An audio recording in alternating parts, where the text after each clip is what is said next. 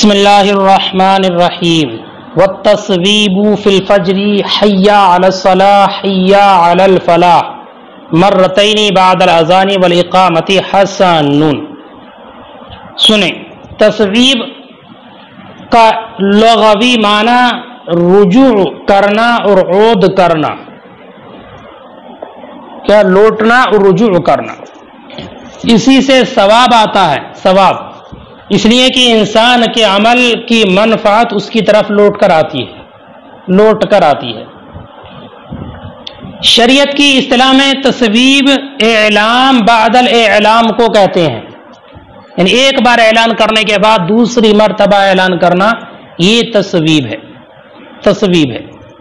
ملا علی قاری علی رحمان نے لکھا ہے کہ اذان و اقامت کے درمیان نماز کے اعلان کا نام تصویب ہے. اذان کے اور اقامت کے درمیان نماز کا اعلان، یہ تصویب ہے. تصویب کیا، کس طریقے سے اعلان کریں؟ تو فرماتے ہیں تصویب کا جو حکم ہے علماء متقدمین کے نزدیک وہ صرف فجر کی نماز کے درمیان ہے. فجر کی نماز میں اذان و اقامت کے درمیان، کہ فجر کی نماز میں اذان کے بعد اقامت سے پہلے 2 مرتبہ حی علی الصلاح حی علی الفلاح کہے تو یہ بہتر ہے، اچھا ہے. اس لیے کہ یہ صبح کا وقت نیند کا وقت ہوتا ہے اور غفلت کا وقت ہوتا ہے. نیند کا وقت ہوتا ہے اور غفلت کا وقت ہوتا ہے. اس لیے حی علی الصلاح اور حی علی الفلاح اذان و اقامت کے درمیان 2 مرتبہ کہا جائے. باقی نمازوں میں تصویب مکروہ ہے. تصویب مکروہ ہے. لیکن تصویب کے لیے یاد رکھنا بیٹا، تصویب کے لیے انہی الفاظ کا کہنا لازم و ضروری نہیں ہے.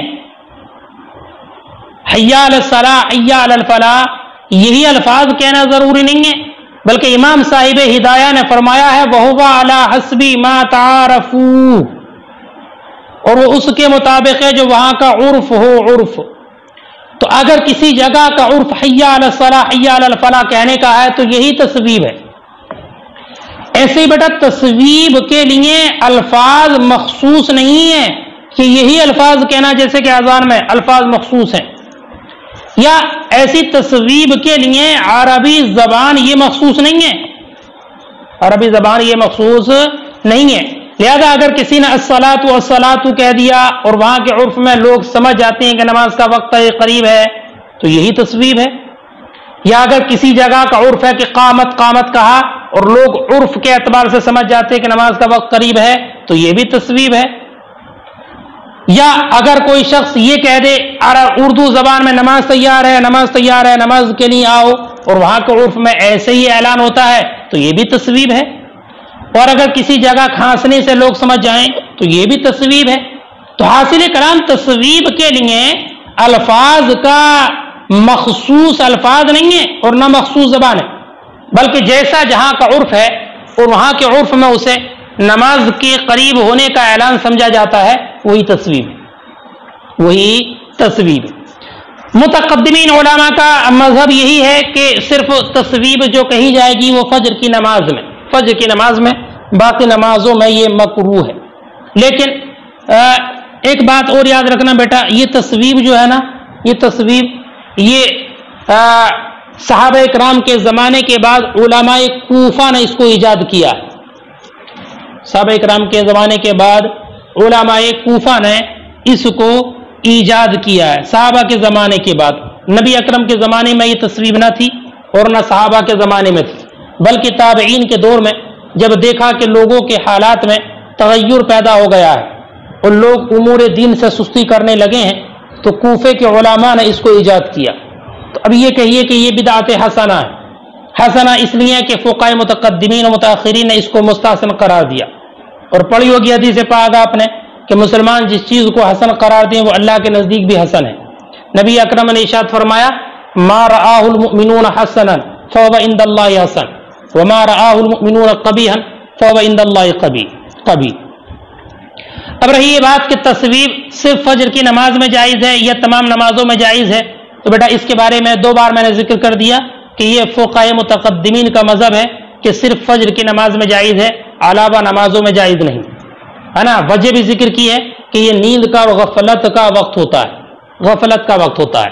اس کی تائید میں ایک حدیث پاک بھی ہے، ان بلال قال امرنی رسول اللہ صلی اللہ علیہ وسلم اللہ اصوب فی شیء من الصلاۃ الا فی الفجر۔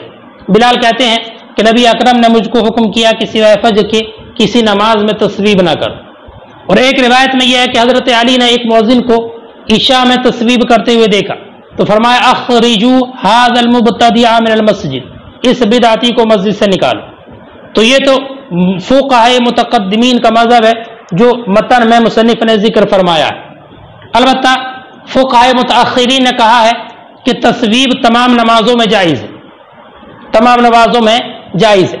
متاخرین علماء کے نزدیک مغرب کے علاوہ تمام نمازوں میں تصویب یہ مستحسن ہے۔ دلیل یہ ہے کہ لوگ دینی امور میں تساہل اور سستی سے کام لینے لگے، لہذا جب فجر میں نیند اور غفلت کی وجہ سے تصویب جائز ہوئی تو سستی اور کام کاج کی غفلتوں کی بنیاد پر تمام نمازوں میں تصویب جائز ہے۔ البتہ مغرب کا وقت چونکہ بہت کم وقت ہوتا ہے اور مغرب کی نماز کو اول وقت میں پڑھنے کا حکم ہے، اس لیے وہاں پر تصویب نہ کہی جائے۔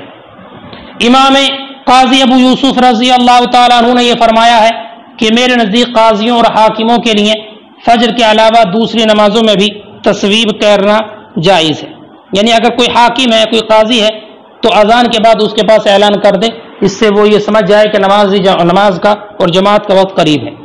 چنانچہ مؤذن مؤذن جو ہے تو مسلمانوں کے جو مؤذن ہیں وہ ان مسلمانوں کے حاکموں کو ان الفاظ سے تصویب کریں، السلام علیکہ ایھا الامیر رحمۃ اللہ وبرکاتہ، حی علی الصلاۃ حی علی الفلاح یرحمک اللہ، یہ کہہ دے جس سے وہ اپنے کام سے فارغ ہو کر نماز کے لیے حاضر ہو جائے۔ امام محمد نے اس کو مستحب قرار دیا ہے اور انہوں نے یہ وجہ ذکر کی ہے کہ شریعت کی نظر میں سب برابر ہیں، امیر ہوں یا رعایا، ہے نا، اس وجہ سے امیر کوئی خصوصیت نہیں رکھتے، ہے نا۔ لیکن امام ابو یوسف رضی اللہ تعالیٰ نے یہ فرمایا ہے کہ امارا اور حکام